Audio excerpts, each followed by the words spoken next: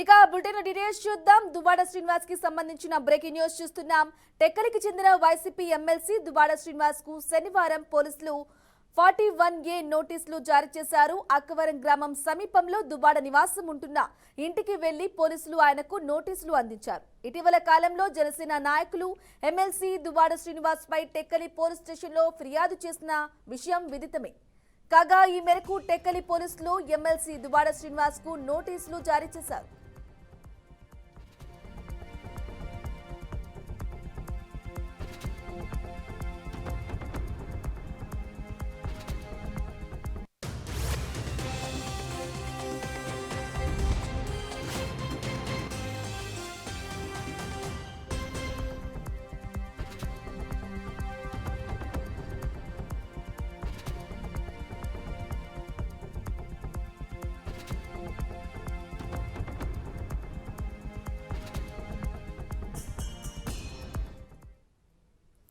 Right, Duvvada Srinivas కి సంబంధించిన breaking news చూస్తున్నాం. టెక్కలికి చెందిన వైసీపీ ఎమ్మెల్సీ దువ్వాడ శ్రీనివాస్ కు శనివారం పోలీసులు 41A నోటీసులు జారీ చేశారు.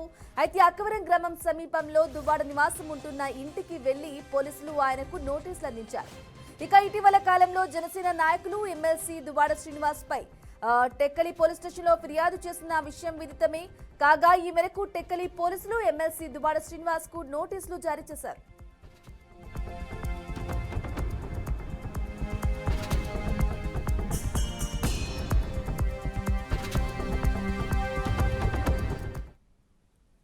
ఇక ఇదే అంశంపై మరింత సమాచారం అందించడానికి మా ప్రతినిధి శ్రీనివాస్ అందిస్తారు. శ్రీనివాస్, చెప్పండి. ఎమ్మెల్సీ దువ్వాడ శ్రీనివాస్ కు పోలీసులు ఇంటికి వెళ్లి మరి నోటీసులు ఇచ్చినట్లుగా తెలుస్తోంది. పవన్ కళ్యాణ్ పై అనుచిత వ్యాఖ్యలు చేస్తున్నందుకు గాను జనసేన నాయకులు వారిపై ఫిర్యాదు చేసినట్లుగా తెలుస్తోంది. అప్డేట్స్ ఏంటి? బ్రాహ్మణి, పూర్తిగా మనం చూసుకుంటే రాష్ట్ర వ్యాప్తంగా కూటమి నాయకుల మీద ఎవరైతే అప్పట్లో అనుచిత వ్యాఖ్యలు గాని సోషల్ మీడియా వేదికగా కానీ ఎవరైనా తప్పుడు ప్రచారాలు చేశారో వాళ్ళందరి మీద కూడా ఇప్పుడు యాక్షన్ తీసుకున్న పరిస్థితులు అయితే ఉంటున్నాయి. దీనిలో భాగంగా చూసుకుంటే టెక్కల పోలీస్ స్టేషన్ లో జనసేన నాయకులు అయితే కూడా పూర్తిగా అప్పట్లో దువ్వాడ శ్రీనివాస్ చేసిన అనుచిత వ్యాఖ్యలు చెప్పు చూపిస్తూ కూడా మాట్లాడడం, అలాగే రింగ్ లోకి వస్తే ఒక సింగిల్ షాట్ కి నాకౌట్ చేసేస్తానడం, అలాగే పవన్ కళ్యాణ్ సంబంధించిన కుటుంబీకుల గురించి మాట్లాడడం, అలాగే చంద్రబాబు నాయుడు లోకేష్ కోసం మాట్లాడడం, ఇవన్నిటినీ కూడా పోలీసులు అయితే పరిశుద్ధి చేసిన మీదట 41A నోటీసులు అయితే కూడా సర్వ్ చేయడం జరిగింది. అక్కవరం గ్రామంలో ఉండే టెక్కల సమీపంలో ఉండే ఆయన స్వగృహానికి వెళ్లి నోటీసులు సర్వ్ చేశారు. ఖచ్చితంగా ఇది మాత్రం ఉత్తరాంధ్రలో కూడా తీవ్ర సంచలనంగా రేకెత్తుతున్న అవసరం. కారణం ఏంటంటే ఉత్తరాంధ్ర నుంచి చిత్తూరు వరకు కూడా ఎక్కడైతే అప్పట్లో తప్పిదాలు చేశారో అందరి మీద యాక్షన్ అయితే మొదలైందని మనం చెప్పుకోవచ్చు. బోర్గడ్డ అనిల్ కుమార్ లాంటి వారు అయితే ఇప్పటికే రిమాండ్కి తరలించిన పరిస్థితి అయితే ఉంది. ఈ నేపథ్యంలో చూసుకుంటే ఖచ్చితంగా కూడా ఈ దువ్వాడ శ్రీనివాస్ మీద కూడా శాఖాపరమైన చర్యలే తీసుకుంటారని కూడా ఇక్కడైతే టాక్ నడుస్తా ఉన్న పరిస్థితి ఉంది. బ్రాహ్మణి, అయితే శ్రీనివాస్, చెప్పండి. దువ్వాడ పై 41A నోటీసులు ఇచ్చినట్లుగా కూడా తెలుస్తోంది. నెక్స్ట్ ఏంటి? దువ్వాడ శ్రీనివాస్ ఏం చెప్తున్నారు?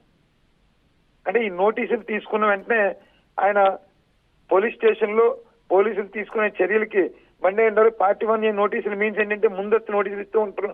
అది 7 సంవత్సరాల లోపు శిక్ష పడే కేసులు ఏవైతే ఉంటాయో అలాంటి వాటికి నోటీస్ సర్వ్ చేస్తూ ఉంటారు. ఖచ్చితంగా ఆయన వెళ్ళి అక్కడికి వెళ్ళి ఎఫ్ఐఆర్ అయిన తర్వాత బెయిల్ తీసుకుని బయటికి రావాలి. ఫర్దర్ ప్రొసీడింగ్స్ అన్ని కూడా కోర్టులో ఆయన సబ్మిట్ చేస్తే కోర్టులో తన వాదనలు వినిపించి తప్పు చేయలేదని నిర్ధారణ అయితేనే నిర్దోషిగా బయటకు వస్తారు.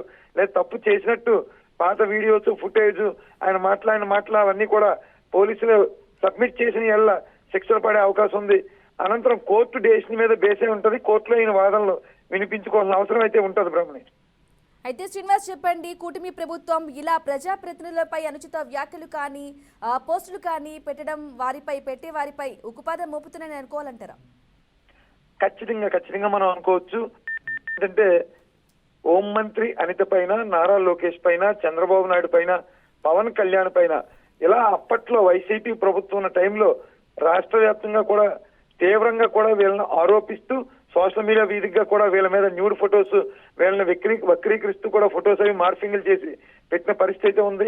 దానికి సంబంధించి వర్ర రవీంద్రారెడ్డి ఎవరైతే ఉన్నారో భారతీ రెడ్డి పిఏగా చేసిన ఆయన కూడా ఇప్పటికే రిమాండ్ ఖైదీగా ఉన్న పరిస్థితి ఉంది. వీళ్ళందరికీ కూడా అలాగే బోర్గడ్డ అనిల్ కుమార్ ఇలా చూసుకుంటే రాష్ట్ర వ్యాప్తంగా అనేక మందిని అయితే ఇప్పటికే కూడా వాళ్ళు పోలీస్ స్టేషన్లకి తరలించి, అలాగే ఆ మధ్య వెంకటరెడ్డి అనే వ్యక్తి పరిటాల శ్రీరామ్ దగ్గరికి వెళ్ళి క్లాక్ టవర్ దగ్గర అనంతపురంలో బెదిరించిన పరిస్థితి, ఆయన్ని కూడా పోలీసులు అదుపులో తీసుకున్నారు.